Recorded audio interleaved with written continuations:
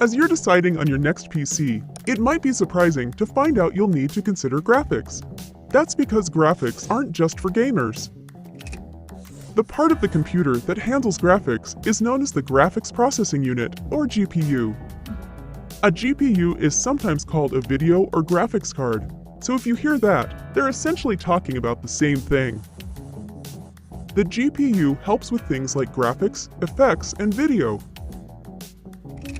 The GPU is important for a lot of different kinds of work, from video editing and design to working with architectural files and even machine learning.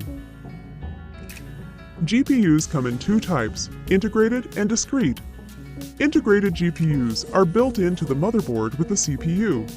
This allows laptops to be ultra-thin, less expensive, and power-efficient.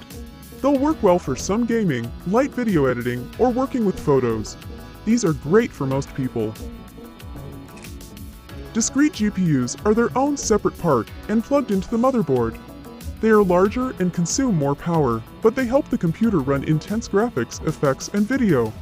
If you do photo or video editing, design work, or if you game a lot, you'll want one of these. There are a lot of different options ranging in price and performance from several manufacturers, so it's important to research your requirements before choosing a discrete GPU.